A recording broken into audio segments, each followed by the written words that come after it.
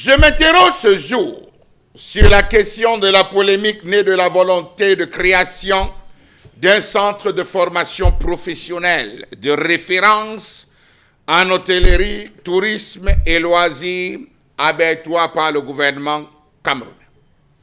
Le ministre de l'Enseignement supérieur, Jacques Famendongo, et le ministre du Tourisme et des Loisirs, Bello Bouba Magari, ont signé mercredi 19 mars 2025 à Yaoundé une convention de partenariat en vue de l'ouverture du centre de formation professionnelle de référence en hôtellerie, tourisme et loisirs de Abertois. C'est ProTool.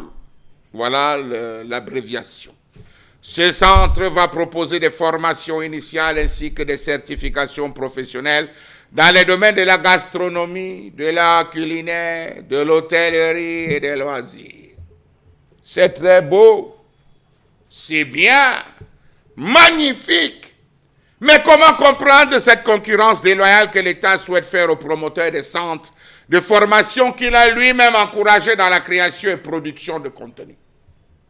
L'État camerounais a demandé aux Camerounais, aux jeunes Camerounais, d'oser. À travers la création du ministère de la formation professionnelle, les centres professionnels sont nés. Centres professionnels en tourisme, en art culinaire et tout. Et aujourd'hui, c'est le même État qui se retrouve à rentrer dans la concurrence alors que les jeunes se sont lancés dans le métier. On a des centres de formation d'excellence qui sont nés. Aujourd'hui, on nous parle de centres de formation de référence. Quelle différence y a-t-il entre excellence et référence? Le Cameroun compte 730 structures de formation professionnelle privée agréées sur toute l'étendue du territoire. Oui. Parmi les 730, on compte environ 200 qui se sont lancés dans le tourisme. Il faut faire tout simplement le tour de la ville de Douala pour entendre, lorsque on vient déposer parfois les dossiers où on passe à un entretien, pour dire tu as été formé où, les noms sortent à profusion. Aujourd'hui, l'État dit non, non se lance. En quoi est-ce que la création des centres de formation au métier, toujours par l'État, CFM, des centres de formation professionnelle sectorielle, toujours par l'État, les centres de formation professionnelle d'excellence, et actuellement centres de formation professionnelle de référence, créés par l'État, aidera véritablement le Cameroun à décoller sur le plan touristique. Voilà la question que se posent aujourd'hui les experts. Nous avons plusieurs centres. Quelle est la portée que les centres de formation au métier ont réussi à booster dans ce pays? Les centres de formation professionnelle sectorielle, les centres de formation professionnelle d'excellence. Soyons sérieux, la situation est plus grave qu'on ne le pense dans ce pays. Précisons que cette liste officielle de 730 structures de formation professionnelle a été rendue publique par le ministère de l'Emploi et de la Formation professionnelle en dehors des centres mis sur pied par le gouvernement. Selon le classement, on y retrouve des formations en informatique qui rapportent encore quoi? Formation en couture, agriculture, aquaculture, menuiserie, technique automobile, secrétariat bureautique et comptable, élevage, coiffure, agro-industrie, hôtellerie.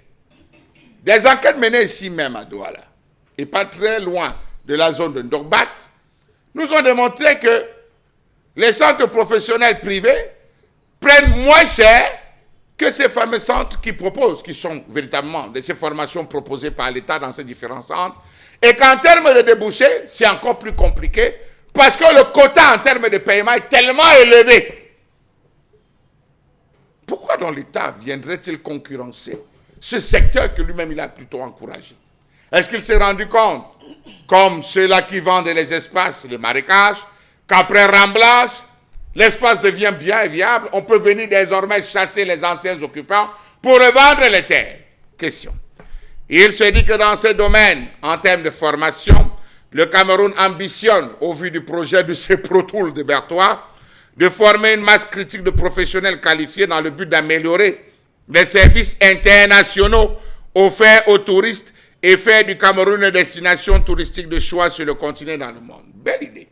Qu'est devenu le centre climatique de Tchang? Passons, ne revenons pas dessus. Que sont devenus les parcs nationaux où il y avait des cases de passage, il y avait tout un système pour permettre aux touristes. Ah, j'oubliais, on veut privatiser. Ils ont décidé de privatiser les parcs nationaux avec tout ce qu'il y a dedans. Ces centres dont l'ouverture est désormais envisagée est un projet qui date depuis plus de 3 ans. C'est en effet le 25 août 2021 que le décret portant création de ces protocoles a été signé. Jusqu'ici, la mise du projet est attendue. Comment comprendre ces chevauchements qui sont créés entre le ministère de l'Enseignement supérieur et le ministère de la Formation professionnelle? On a vu le ministre du Tourisme et le ministre d'État, ministre de l'Enseignement supérieur. Où est passé le ministre de la Formation professionnelle? Ces chevauchements, dans tous les cas, on ne sait plus quoi faire. Ainsi va le gouvernement de la République. Comment comprendre qu'au lieu de s'investir dans les secteurs porteurs, le gouvernement camerounais a décidé de piocher dans le panier du secteur informel? On s'attend à ce que l'État mette sur pied, à travers la création, des centres de référence dans le secteur maritime. L'or bleu.